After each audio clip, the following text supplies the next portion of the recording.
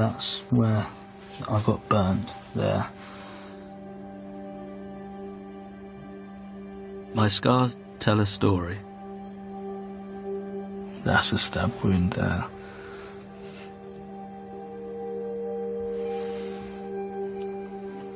And then that's a stab wound there. There's just loads and loads and loads and loads of marks. And they were all caused by hammers, just constantly being whacked on my shins. And then my whole head's got just divots and scars. When the police found me, I was told I was 10 days away from death.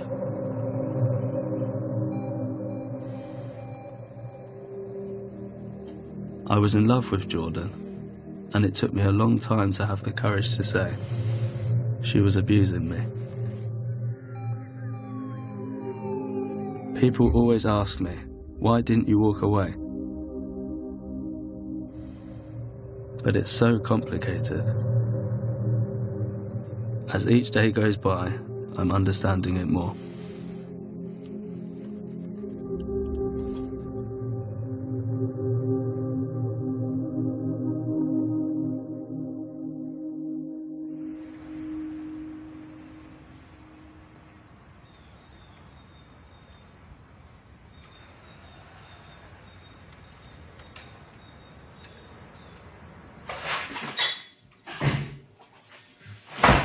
Okay, Alex, so today's Sunday, it's 11th of June 2017. I noticed you've got a bandage to your arm, and I know that you've explained to me you've got some injuries. Are you fit and well to do the interview today? Yeah, that's fine. First of all then, if you could introduce yourself. My name's Alexander Steele, I'm 21. In your own words, I want you to tell me why you're here today. I'm here because yesterday afternoon the neighbours heard arguing in the house, so they phoned the police.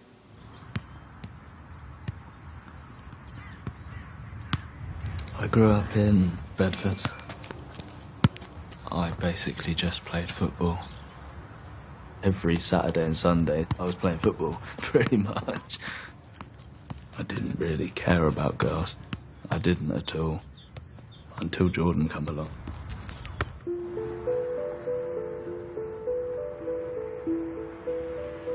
My friend was in a college performance, so I went to it, and she'd come to see her friend. We just started talking, and I was a bit surprised, because I'd never really spoke to many girls at all. It felt quite cool. It was quite nice to say to people, you know, what did you do at the weekend? Oh yeah, I met up with Jordan. She was very caring, confident, loving. She just showed a real interest in me. Where's Alex now? I just want to sort everything out. Start again. Yeah. Yeah. You're both very young, aren't you? How old are you? 22 and Alex 21. Okay. So what you were doing? I was holding a knife. Okay. I just wanted him to come in the house. Tell me about the knife. Oh, it was a big one from the kitchen. I think it was a bread knife. I'm not actually sure. So how far do you think the knife went in, Jordan? I don't think it went that far, but it did. There was a lot of blood. Alex was a kid that I knew from the playground at school. We just like clicked. So it was just normal to get to know his girlfriend. Alex's family were going on holiday, and Alex and Luke weren't going. Sort of teenagers were like, no, we'll have a free house, that'll be cool. Jordan was there, and she was part of the group. We got drunk a few nights, we ended up singing Bastille on a shed roof, and she seemed pretty cool, like, it's all good, like, we're all mates now. She was friendly when we first met. She was always quite quiet as well, quite timid. Everyone loved her. Everyone thought she was lovely. Everyone thought she was just delightful. He was just absolutely smitten by her, absolutely loved her to bits. She was just a bit tricky. And we are a really close family and she didn't get us. She used to say things like, "Why'd you all sit round a table and eat dinner?" She would say, "I don't really like the colour grey, I don't think you should wear the colour grey." "Oh, I don't like your hair like that, you should have your hair like this." "Oh, I don't like the shoes that you're wearing." But I never took it as a negative, it was just more or less like, "Oh, it won't impress her, I won't wear it again," sort of thing. Her behaviour started to change. The longer they were together and how the relationship grew, the mind games started playing. We booked Lion King in London for her 18th birthday. We had a great time, it was lovely. And then Alex messages at like midnight going, "She's gone, I don't know where she is."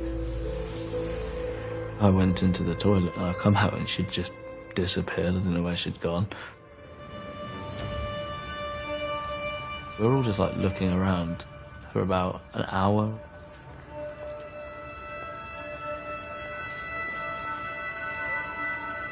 And I just remember Alex saying, "I found her." She was back inside the hotel, like, reception area, and she's just laughing sort of thing. It was just all a bit weird. Your mum and dad are saying, "No, that's not right," and then you're sort of thinking, when it's just us two, it's not like that, so you're wrong. How was Alex seeing? How does he see? How did he seem yesterday? And he's got some pretty sore injuries. Oh, what, his arms and stuff? Oh, in general. I think he's just upset because we've got everything we ever wanted, but we're not happy. So it's just.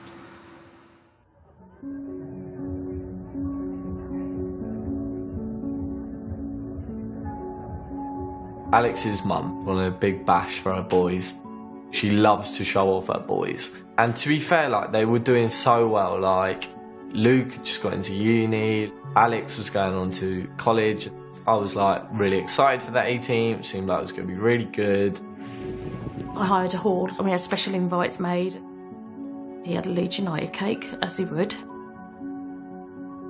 There was my mum's friend's daughter that used to come round quite a bit, and Jordan said, "She's there, I'm not going to go," sort of thing. And I said, "Well, I don't know if she is actually going." And she was there.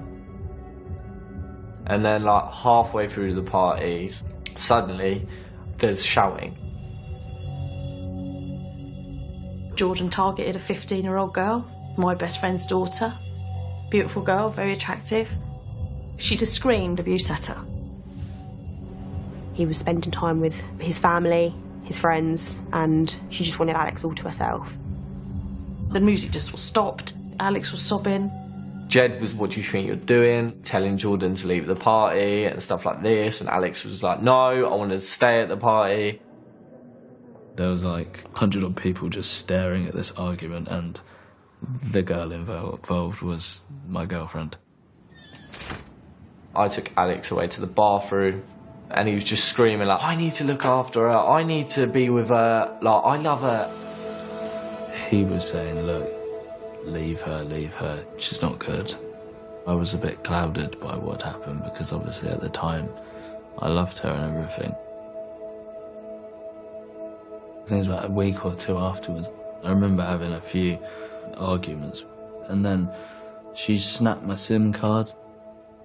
It just a penny dropped, and I thought, she's just not right, everyone is right. I thought, no, I'm not doing this, I'm gonna go, that's it, I'm done.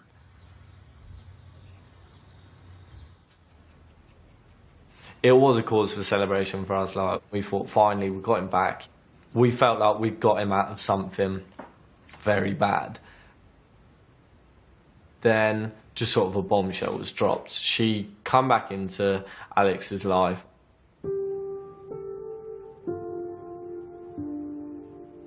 out of the blue. She got his friends to go and pick her up, to bring her here to tell her she was pregnant. And I'm like, yeah, right, that old chestnut, you can do a test in my house. You know, I'm not falling for that. So she did do a test in the house and she was pregnant. I said to Alex, you don't have to be with her, but you need to stand by her. So that's fine, I don't mind paying my way. But I was thinking, I can't be with you. There's just no way that's happening, because I couldn't do with her. Constant mind games, time and time again. And then I didn't hear from her for a year.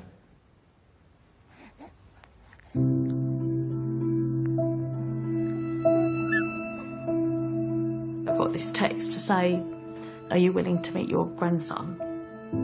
And it was like, yes. And she just rocked up on my doorstep on the 12th of August. She spun the car seat round and it was just Alex. And I just fell in love with him. And I couldn't shut the door on my grandson. I went absolutely off my head. So why the fuck did you let her in and all this, that and the other? And I went, I get that, and I do understand what you're saying. I said, but please let me be his nan. And Mum was like, she seems lovely, she's changed. Being a mum's obviously changed her. A beautiful little boy there. We all gave her the benefit of the doubt. She's a mum now. You know, give her a chance. And we even said to Alex, give her a chance. Alex's mum arranged for him to meet the kid, but without seeing Jordan. And it was very much like, he was like, okay, like that's disassociated it a bit already. Like, I don't have to see her. He still hated her guts, but you can see his kid. I knew for about a week that I was going to be seeing TJ for the first time. And I sort of said, no, look, I want to do it with Grandad. We're close, really close. Whenever I was ill, I always wanted to be with Grandad. So I remember Grandad driving the car, he's a lovely little boy, you know. He's lovely. You'll love him.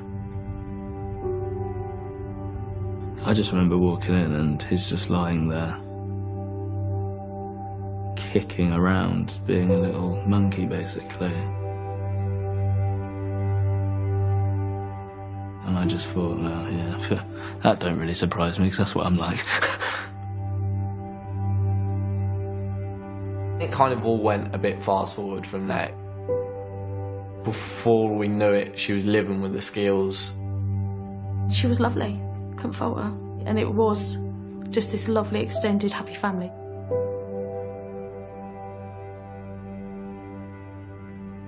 She's a mum, and I can't say she didn't love that TJ, because she did. But at one point I said to her, so what is it about Alex you loved? You know, joking about, what is it? And she just said, oh, he's the best.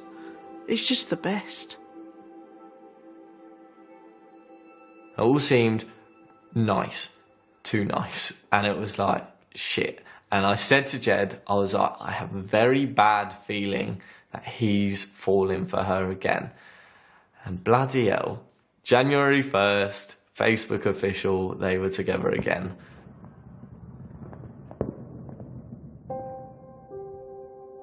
He saw this as his life. He felt it was his happily ever after. It was probably the best it ever was. It was fun. I was happy, she was happy, TJ was happy. And then the cracks started coming. She just got back into his head to a point where you couldn't do anything to stop it.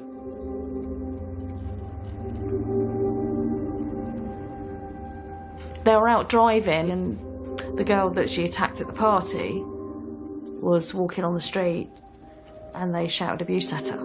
Of course, her mum rang me and said they're abusing her in the street. I said I wasn't happy with these mind games starting again. I thought we'd gone past that. I thought we'd all moved on and grown up. I said, we're not having it. So she packed all of TJ's stuff up and she told Alex he was to choose. It was definitely TJ. I didn't want to not see him. I thought, she won't let me see TJ anymore. and I've obviously bonded with him over the last, 8 months or something. So I literally just moved out, and that was the last time I went home. He was only 19 when he went away, and my world fell apart, really. It was horrible. And I never saw Alex for 2 years.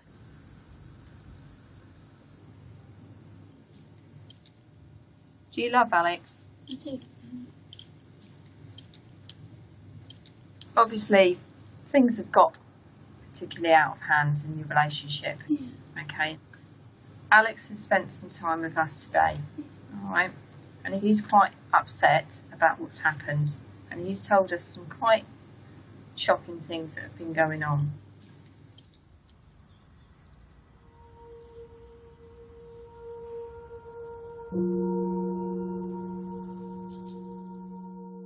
I was happy, and I thought, I'm there for my son and we're going to be a family. Shortly after I moved in, little things changed. She started accusing me of doing things with girls when we weren't together, and she was pregnant with TJ. Did I ever see this girl? Did I ever speak to this girl? I'd say I didn't do that. She wouldn't believe it, and it just got to the point where she kept asking and asking and asking. She changed my phone. I got a new phone and phone number. She got rid of the PlayStation because it was a form of contact to, like, people I knew. I could say I'm a muppet and everything, but you're so caught up in everything, you just don't know.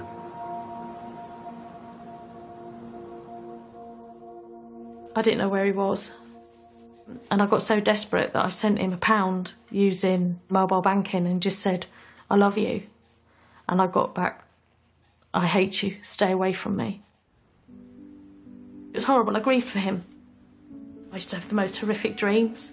A lot of my dreams would go back to when he was a baby. I was having twins, and I went for just a standard check, approaching 30 weeks. You know, faffing and faffing.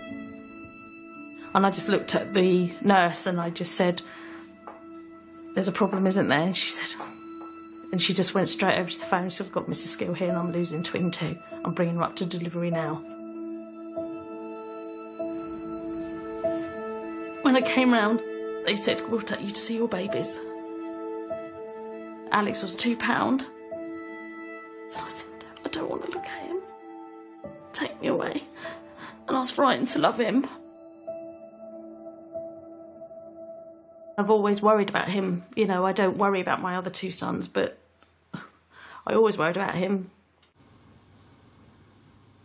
Alex seems relieved that he's now going home, back to his family. He feels he's been isolated from. He always said he just didn't want to see his family. He states that the majority of the contact with his family has been stopped because you've stopped him having contact.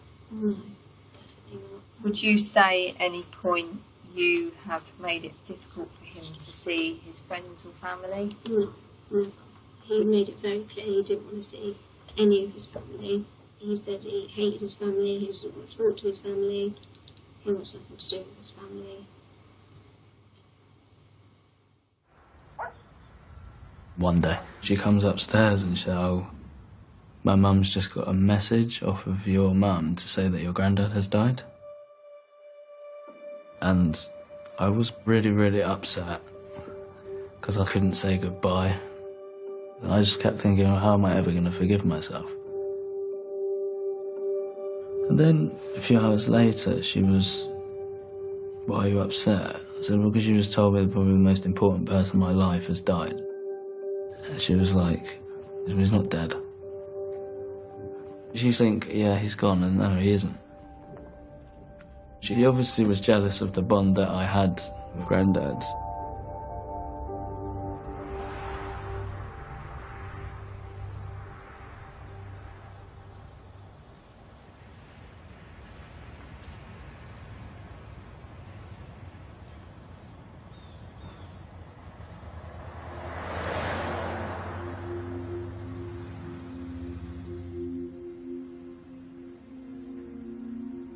That first month, it was brilliant. It was really good.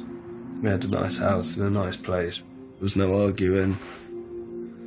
And if everything carried on the way it was and kept going to plan, we'd have been absolutely fine. We'd have been more than fine. We decided that we'd try for another child. And then straight away, we found out she was pregnant. And I thought, well, that's like amazing. I was really happy. But then everything just gradually got worse and worse and worse. I went to work. It was a really good job and I really enjoyed it. She told me that I needed to leave because it weren't good enough. I didn't like leaving. She was going to university. Jordan said, you're going to come to uni with me every day because I don't trust you at the home because you're going to go back to see your mum and dad without me knowing. I don't know how I would have got the money. She took my wallet off me. So then after that, I just went to uni with her every single day. Alex become a ghost. Like, he's untraceable. And he's missing all these massive things we'd spoke about years before. I literally could not listen to Bastille while he was away. Bastille would come on and I'd start crying in the middle of a club. We found a Facebook page of Alex, but his name was spelled A-L-I-X and his middle name was Thomas. And that was very weird.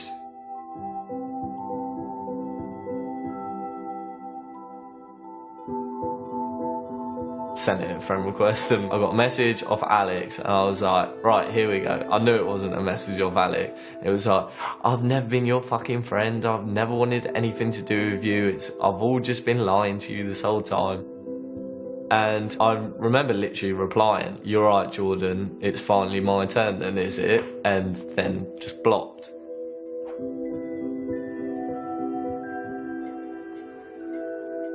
"17th of August 2016. What I said was, happy birthday, Alex. We miss you very much. Love you, Nan and Grandad. All I got was, don't message me again. And that really cut me out. I received a message from Alex's Facebook account. It said something along the lines of, are you still fat? Something she knew would potentially upset me. A Facebook page told me that they'd moved into a house in Stuartby. So we knew roughly where he was, but we didn't know where. I said, look, I'm putting a stop to this. I'm going to find him. I'm going to go and find him. A friend of mine who was brought up in Stuartby, he drove round as well. She loved elephants. My son George was with me and he said, there's an elephant in the window up there. So I said, it's got to be it then. So I banged on the door and all the lights went dead, black, nothing. And then at one point a downstairs light come on and I saw the outline of Alex going to the kitchen, and then the light went out, went back upstairs, and I just said, he hates us. You know, when he's ready we'll see him, but until then we've just got to leave it. He says that you go at him about this period of time that you had a break in your relationship, okay? It always goes back to that, yeah. And that you question him relentlessly, and that you go on about it a lot, and that if he doesn't answer you, you then become violent towards him. We went to Winter Wonderland in London. She just accused me all the time of liking these girls. And as soon as we got in, she said she's got a message off one of them, and I said, I didn't do anything. It's because you're not telling me the truth. So we kept walking. And she's like, we're not going to go. And I said, no, we are, because we've come all this way. It's just pointless to just go back. Then she was like, go into Boots and buy some 1 a day sleeping tablets. And as long as you take one, we'll go. I got the sleeping tablets. I just took one. And she goes, put all the rest of them in your mouth. So I put all of them in my mouth, and then she said crunch them down and then swallow them. I just did as I was told. It was really strange. I was like full on dozing off. It was so strong. I don't remember anything about how we left there.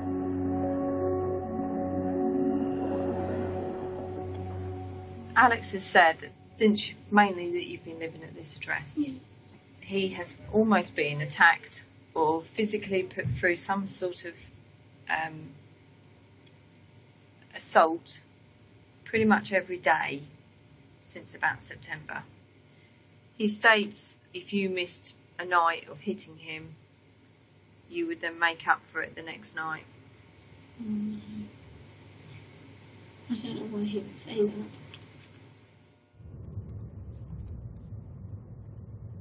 We went out and everything seemed okay, and I looked out the window and she goes, right, that's it. And she picked up her hairbrush and she just full on went whack straight there, and the tooth was near enough off.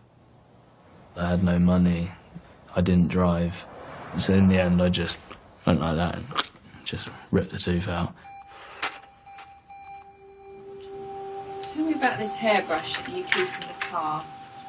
Well, whenever we've had an argument in the car, I'll grab just my hairbrush so it's on the side and I'll just sort of hit him either wherever I can. There was so many occasions where I would be asleep and she'd smack me on the head, and I'd just go in the mirror and I'd look and I'd just be bleeding. There was a hammer, but I never hurt him. She started to use knives. I only ever cut him, I never stabbed him.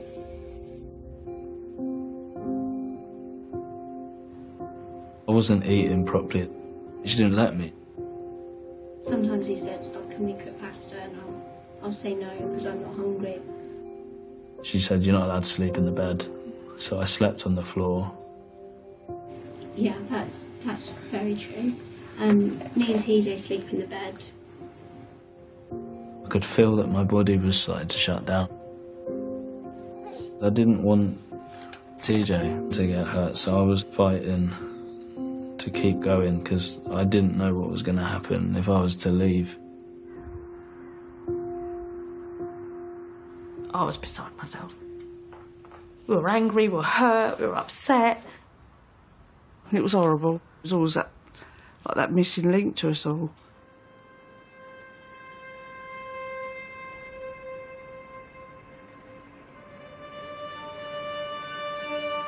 His dad, Graham, called me and said, come on, Sue, will you come with me?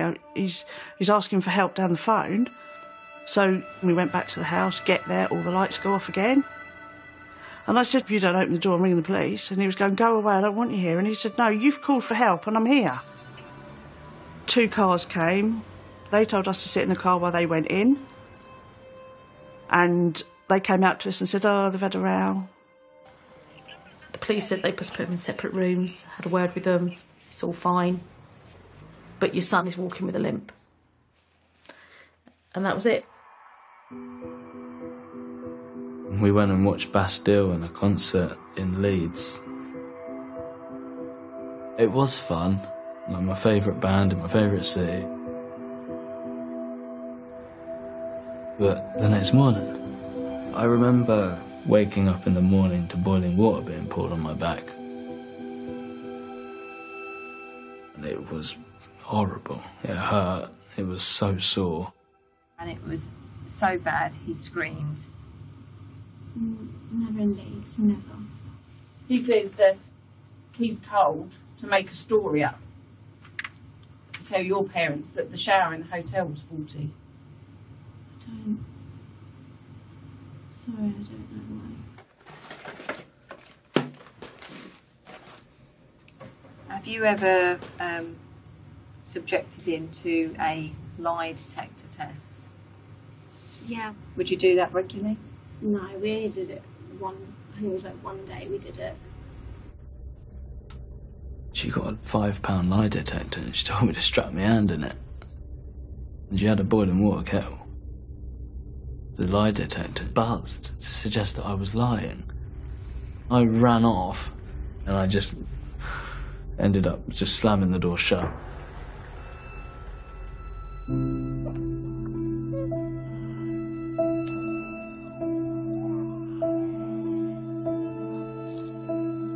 I was looking forward to it for a reason. It could change her from doing all the stuff she's doing to me, and it might stop it, but that lasted about 3 days.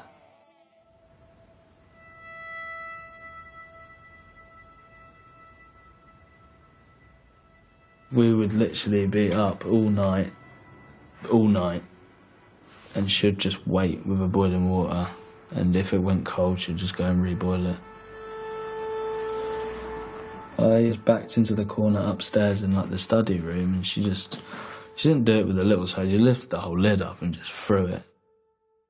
Yeah, I screamed, like full on screamed. A couple of days after that, she had a bread knife on her. And I tried to run off, and this hand was then cut across.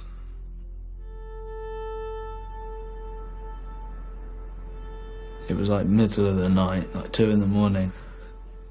I was trying to stop her from getting in the bathroom, so I'd had enough. And then I stood on the toilet, and she went to go at my head, like here, so I went like that. She started panicking a little bit. I just remember sitting there, and I think we tied it up with like a football sock or something. Tied it up really tightly on my wrist. The next thing, the police knock on the door and there's blue flashing lights.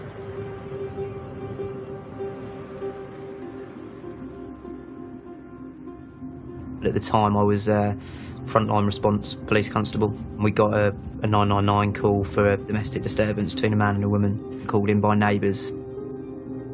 Bedfordshire Police, how can I help? There's a couple and it sounds like they're having a really, really bad fight. He's shouting and I'm sorry, not my fault, get off me, leave me alone, stop hurting me.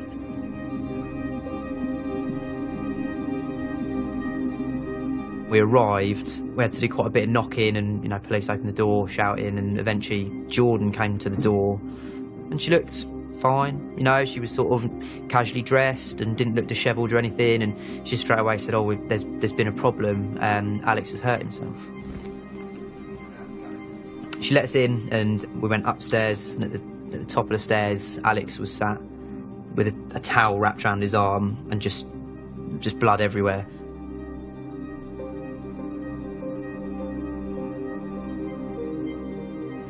There was sort of a large serrated kitchen knife, and Alex and Jordan were both telling us that he'd used that knife to cut his wrists, basically, and she was explaining that Alex suffered from a medical condition that caused him to have bouts of self-harm, but then I sort of noticed other injuries on Alex.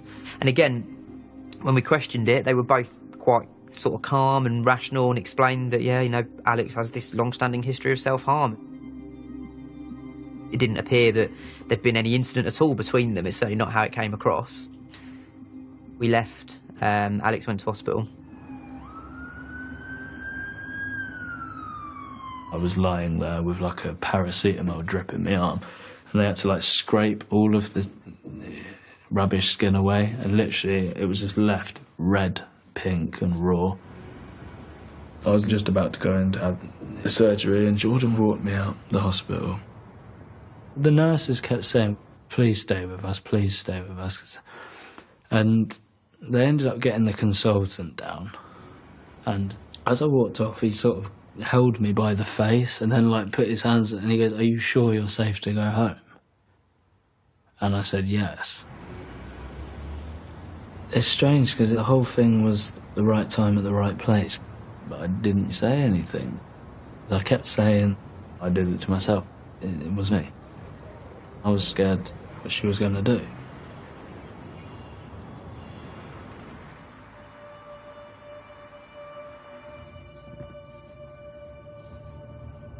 But something about it just didn't feel right. So I was on shift the next day, and as soon as I got on duty, the first thing I did was try and track Alex down.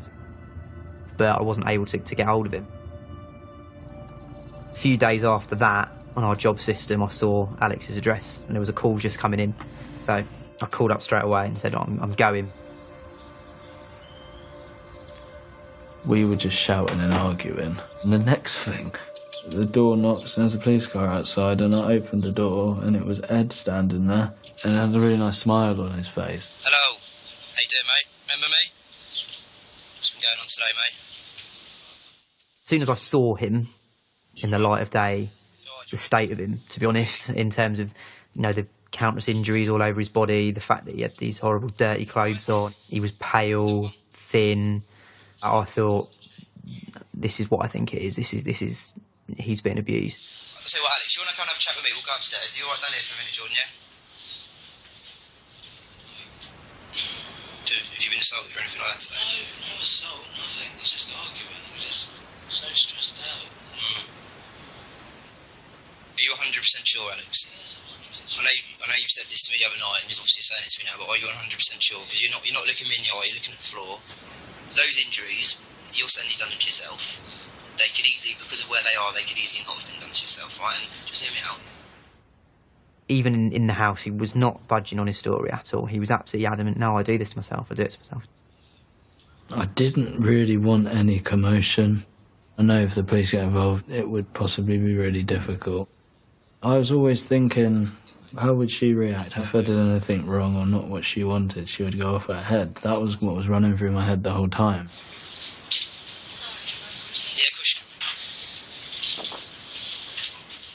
I just wanted to try and be as much on his level as I could. You know, he's a few years younger than me, but not a dissimilar age. You know, we're both blokes, and I thought I need to get him out of this environment. Let me go down A&E, mate, and get him redressed. Grab a jacket and some shoes, mate, whatever you got, wallet, whatever. So, mate, are you coming back here tonight, mate? From A&E? Yeah. And then I'm going to come back here tomorrow? Yeah. Okay, so you don't mean it's not coming back? So you know where each other are?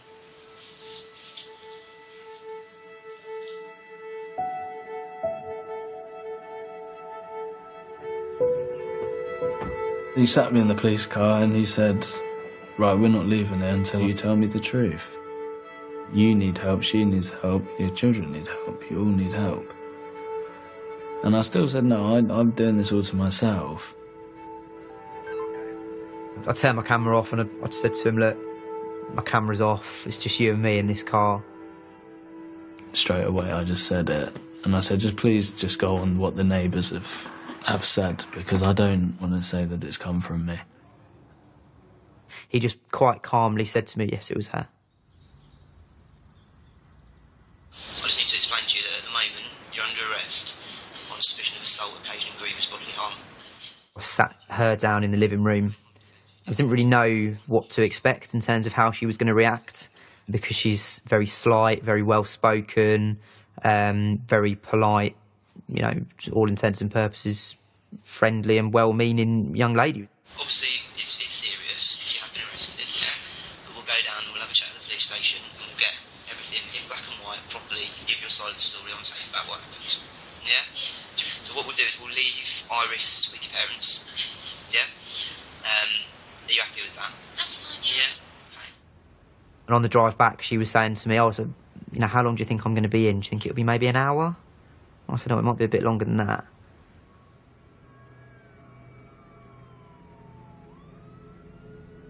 Once we allowed him to get to the hospital by sort of removing her from the equation, the doctor said that they reckon had probably 10 days from death. You know, things couldn't have got much worse than what they were for Alex. That night we put Alex in a hotel. And I think one of the police officers bought him a McDonald's on the way to the hotel. And he said it was like the best food he'd ever eaten because he hadn't eaten a proper cooked hot meal for so long.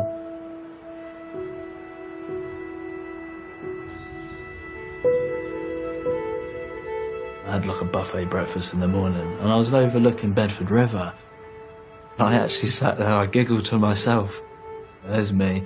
I've got a t-shirt on which has bloodstains on it still because I didn't have any other clothes. I just looked a mess, bandages, and all these posh people in ties and that, and it was a lovely bacon. And I'm sitting there just like, I don't care if I feel out of place here.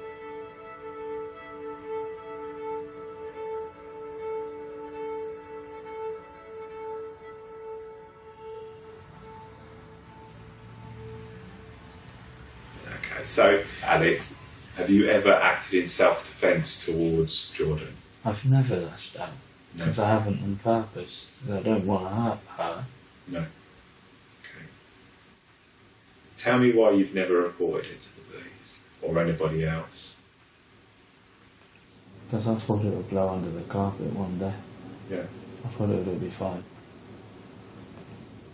We talked in detail about the incidents that happened on the 3rd of June and 10th of June when the police attended, okay? And you've accepted that you have thrown water over him that was boiling, okay? And you have accepted that you swiped at him with the knife and cut him, all right? And the other times were just maybe like... But you can't argue about those injuries because they're quite obvious because the burn marks and the cuts, okay? Because police attended on both these occasions, all right? I appreciate it's stressful, you're both quite young, you've got young children. Do you suffer from any mental illness yourself? Ever suffer from depression? Any suffered from any postnatal depression after either pregnancy? How do you feel today about moving forward? What are your thoughts and feelings at the moment? I just don't want to get hurt anymore.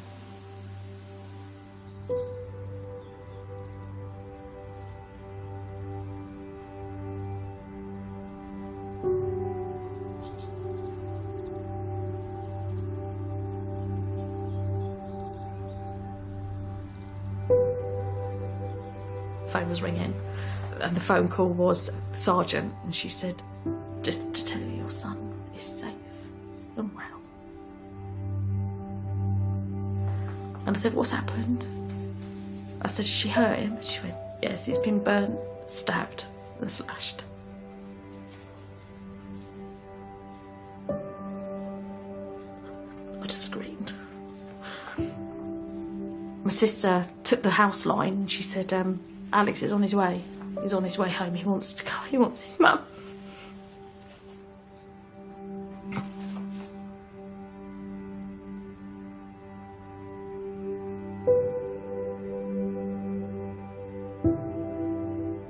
What he looked like coming up, he couldn't even barely walk up a path.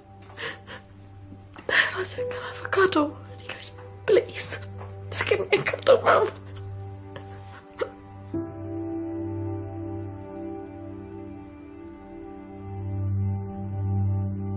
He said, I'm sorry. And he was, his body, he didn't even smell alive.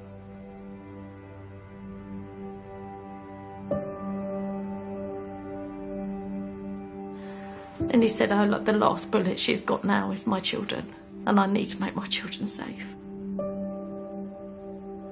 And within 5 days, they're with us. And I just remember meeting my granddaughter for the first time. I didn't even know she was born.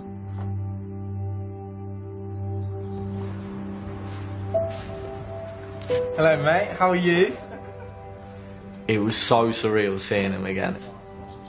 I just grabbed him, made sure he was real, and just hugged him very tight.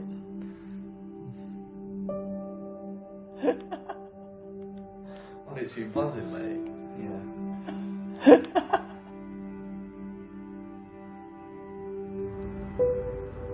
It was good to have him back. He was safe again. But it was just horrible to hear about what she did to him and what she put him through. Especially when it's one of your best friends.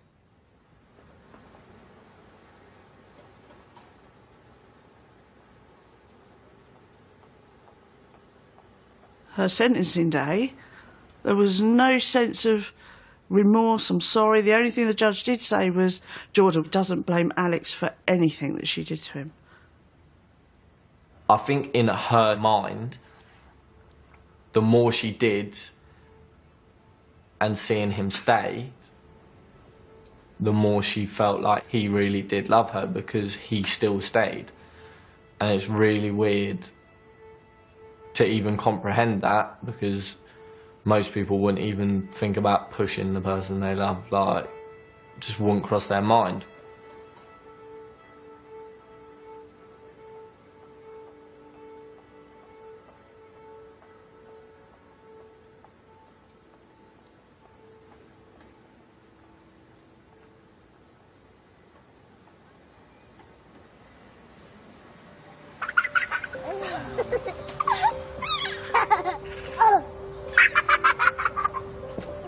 The day that she's going to prison, I felt so free. It was a massive relief. I remember just sort of saying, I can actually look over my shoulder now for the first time in 5 years without worrying. It's good that we got there when we did. But because it's so unusual, it's a female offender, just didn't come together in our heads as quickly as perhaps it should have done. I was quite critical of myself after the incident because I felt like I should have challenged more and seen it more the first time I attended the address. We'd all be lying if we didn't say that we don't sit back and think, how does this happen to a man? It did start very, very subtle, not allowed to see his friends when he wanted to, having to have his hair cut a certain way, only allowed to wear certain colours. That's how it all started. It didn't start with a knife to his leg. It took a long time to get to that. How have you scored that? How have you scored? Domestic abusers, doesn't matter what gender they are. A victim is a victim and an abuser is an abuser. There can't be any gender tied to it because it doesn't matter. Like, a victim still hurts whether they're a male or a female, and an abuser is still just as nasty whether they are male or female, and it's as simple as that.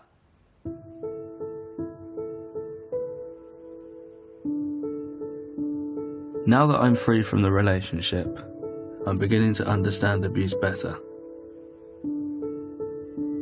And I hope I can help others understand it too. Right, spread around. No, Joe, you're just blocking the pass off. I'm starting with the football team I coach. They are sponsored by a domestic abuse charity. And I'm talking to professionals about how to recognise signs of abuse. It's going to be locally set up, and that's what the groups run out of. The memories will never leave me, but I'm learning how to cope.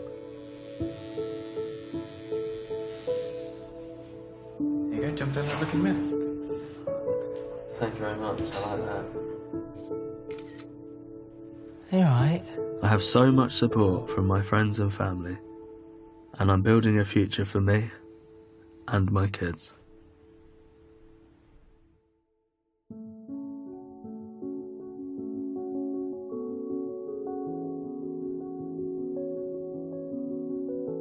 Details of organisations offering information and support with domestic violence are available at bbc.co.uk/actionline, or you can call for free at any time to hear recorded information on 0800 888 809.